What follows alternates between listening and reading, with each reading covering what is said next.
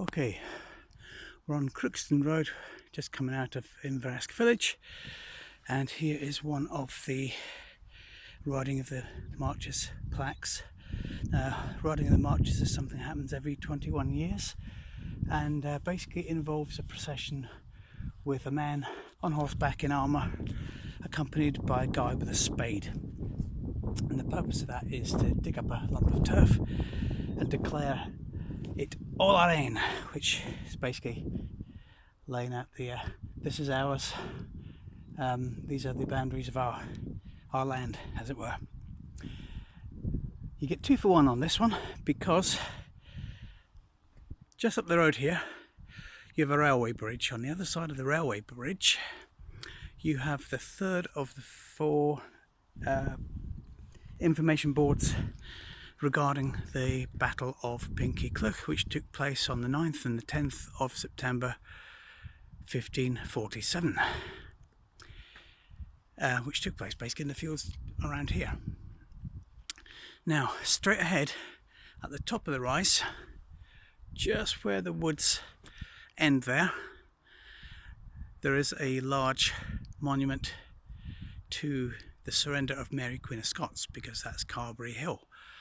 You won't be able to see it because back in the day, 1567, it wasn't a wood. Basically the Confederate Lords of Scotland faced off against Mary and her husband, and eventually when they agreed that he could slope off to the nearest port and head off to Norway and an insane asylum, she would surrender, and from there she was taken to Lochleven Castle. She escaped from there, had a battle which she lost, and then she escaped to England and 18 years worth of captivity, and that is the day where it all fell apart for her. Now, just over there, hidden by the trees, is Farside Castle. It's one of my favourite miniature castles, if you like. It was occupied at the time of the Battle of Pinkie Cleugh, because the first day's fighting on the 9th of September were fought by English and Scottish cavalry on those slopes there, Farside Brae.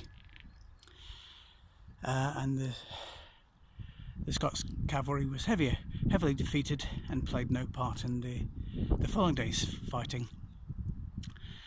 And